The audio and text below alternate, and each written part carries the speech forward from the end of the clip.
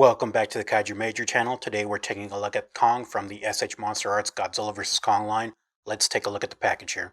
So you've got the front of the box here. It's got the same color scheme as the Godzilla box, except this one's more focused on the orange.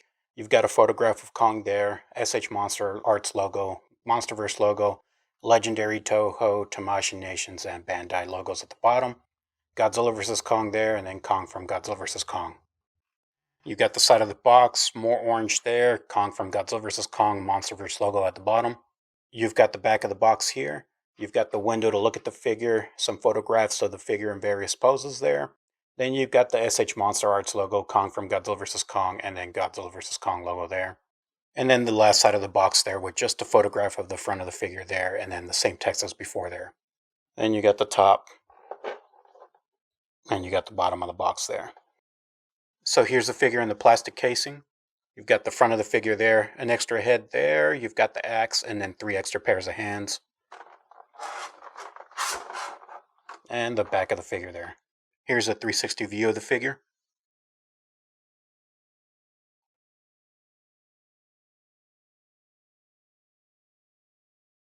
Here on the face, the skin is made up of a really dark brown, almost a little bit gray. And you can say even his pupils are done. I don't know if it's showing on camera, but he does have pupils in his eyes. That's a really nice touch there. On his chest, again, it's the skin tone there. And then he's got the 3 claw marks going across his chest. You've got his stomach. He's got a little bit of a 6-pack there. And then his belly button.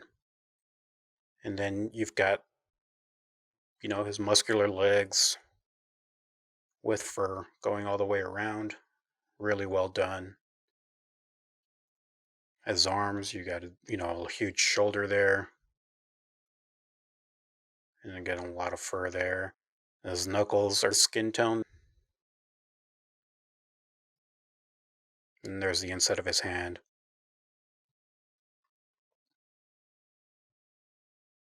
And then you can get a good look at his feet. Here's the bottom for all you Tarantino guys out there. And then another good look at his broad back. He got his butt and then the back of his legs there. Before I get to articulation, let's take a look at his accessories. Here's the roaring head. Really like this a lot. It's got detail on the inside of his mouth. Hopefully that's going through. His teeth are all sculpted in there. He's got his gums. There's detail on his gums. Then his tongue has a little bit of texture on it as well.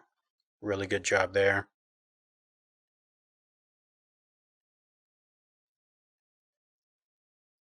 So his eyes, one of his eyes is crooked. One of the pupils in his eyes is crooked. I don't know if that shows up on camera. But, I mean, it's not really noticeable unless you're really close. But outside of that, like again, same thing, really well defined fur. And they, really good job with the paint job, blending the fur and the skin. There's the inside. Okay, here is his first set of hands. They're the flat opened hands. So you can get a good look at the inside. And then the top of them. Real good job, same on these. Good job on the sculpt and the blending of the paint there. These are the next set of hands here. These are his walking hands, like if you're going to pose him like he's walking on his knuckles. So, not as much detail on the palm there, but still really good job all the way around there on the paint and on the detail there. And these are his grasping hands, I guess, so he can hold the axe, which we'll get to in a second. Nice detail on the inside, and again, the fur is well done as well. There are his knuckles there. Okay, so here's the axe. And let's get the full thing in frame here. And there's the other side there. So the dorsal plate here is really thin.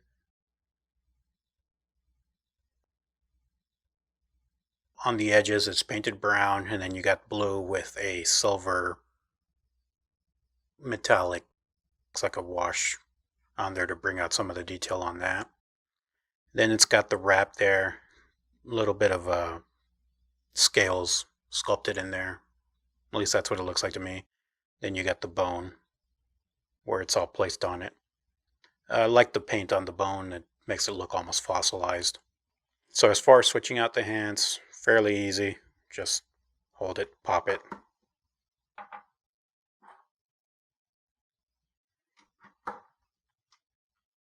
And then the other one pops right in.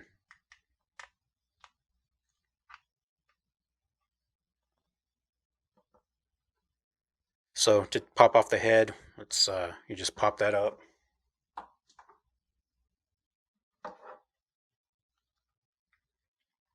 And then that just pops in like that. And then you got his roaring head.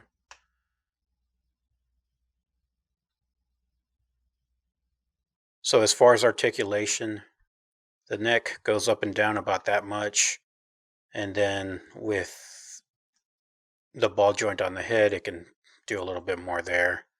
Not a lot of side to side, but it can turn, can swing out like this. The other head, the serious face doesn't move as much as this one does. So for his chest, there is a little bit of play there. Not a lot, but a little. This section is just loose there. As far as crunching, you can crunch forward that much and then back like that. One thing that did happen to me earlier when I was messing with this is this popped forward and it got kind of stuck behind that. So just kind of be careful when you're crunching it forward.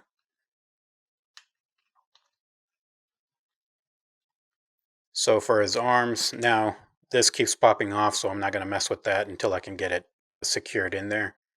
But the arms do go 360 at the shoulder there and then go out that much.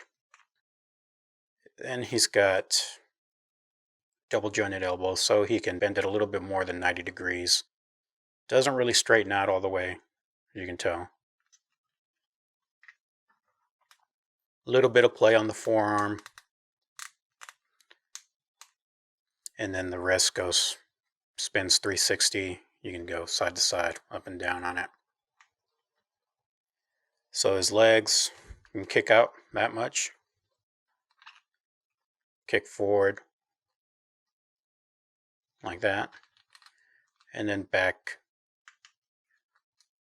all the way like that. It's actually on a ball joint, so you can actually probably just turn it 360 degrees almost. So for the knee, goes back that much. And it does straighten out fairly well. Just a little bit of a bend there, but not a lot.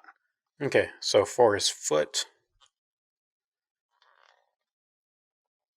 does turn 360. It is a little rough, so be careful doing that. So it's got a little, it can rock side to side a bit. And then it's got a little bit of a bend right there. And can go back so much and forward. It's actually, I think, on a ball joint, so you can go forward that much. And then the same thing on all this other sides. I'm not going to mess with it too much on this side. Like I said, this arm keeps popping up. So that's going to actually kind of lead me into this next part. I like the figure a lot, but it did come out of the box with some quality control issues. This arm keeps falling off. This section is real loose compared to this one. And then the cover for that joint there wasn't on. I had to pop the leg off and pop that back on. All these things are fairly easy to deal with, but just wanted to point it out.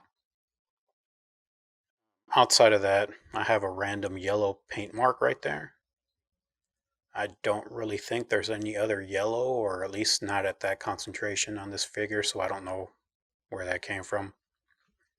And then, like I said earlier, that eye is looking off to the side. It's not really noticeable though, unless you get a really good look in close. So outside of that, I really do like the figure. Really well detailed, good paint job, really posable.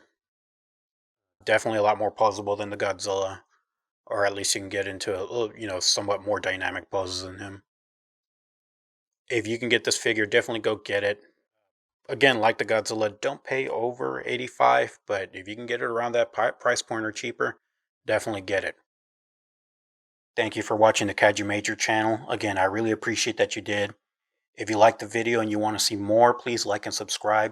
Also, let me know what you think of the figure in the comments. Thank you again.